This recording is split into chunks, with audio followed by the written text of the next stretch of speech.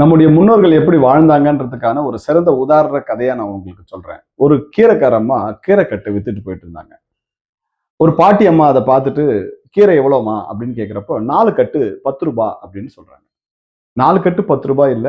4 கட்டு நான் ரூ. 5 தான் குடுப்பேன் அப்படின்னுட்டு இந்த பாட்டி அம்மா சொல்றாங்க. கீரைக்காரம்மா, "அதுக்கு நான் ஒத்துக்க மாட்டேன். 4 கட்டு ரூ. 10 குடுத்தா நான் குடுக்குறேன். இல்லன்னா குடுக்க மாட்டேன்." அப்படின்னுட்டு ஒரு ஆர்கியூமென்ட் நடக்குது. எவ்வளவுக்கு? ஒரு ரூ. 5 ரூ. 10 ரூ. 5 அப்படின்ட்டு ஒரு ஆர்கியூமென்ட் நடந்துட்டு போயிட்டே இருக்குது. கடைசியா என்ன ஆகுது அப்படின்னாக்கா, பாட்டி அம்மா ஜெயிச்சிடுறாங்க.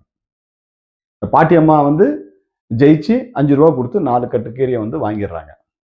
இந்த அம்மா என்ன பண்ணுதுன்னா, இந்த கீரை கூடைய தூக்கி தலை மேல வைக்கிறப்போ, அந்த கீரைக்காரம்மா மயங்கி கீழ விழுந்துடுறாங்க. கீரைக்காரம்மா கீழ விழுந்த உடனே பாட்டி அம்மா திபுதிபுன்னு உள்ள ஓடி போயிட்டு, காப்பி போட்டு கொண்டு வந்து குடுத்து, உடனடியா அந்த அம்மாவுக்கு வைத்தியம் பண்ணி, அந்த அம்மாவுக்கு ஒரு ரூ. 300 குடுத்து, தாங்கிட்ட இருக்கிற துணியும் ஒண்ணு குடுத்து, "ஏன் காலைல சாப்பிடலையா?" அப்படின்னு சொல்லி, தன்கிட்ட இருந்த ஒரு 2 இட்லியும் சாப்பிட வச்சு, அந்த அம்மாவ கொஞ்சம் எழுப்பி நிக்க வச்சு, அந்த அம்மாவ அனுப்பிச்சிடுறாங்க.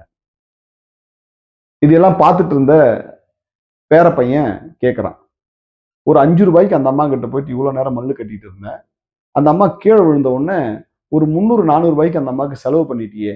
அப்படின்னு கேட்ட உடனே, பாட்டி அம்மா ஒரு விஷயம் சொல்றாங்க.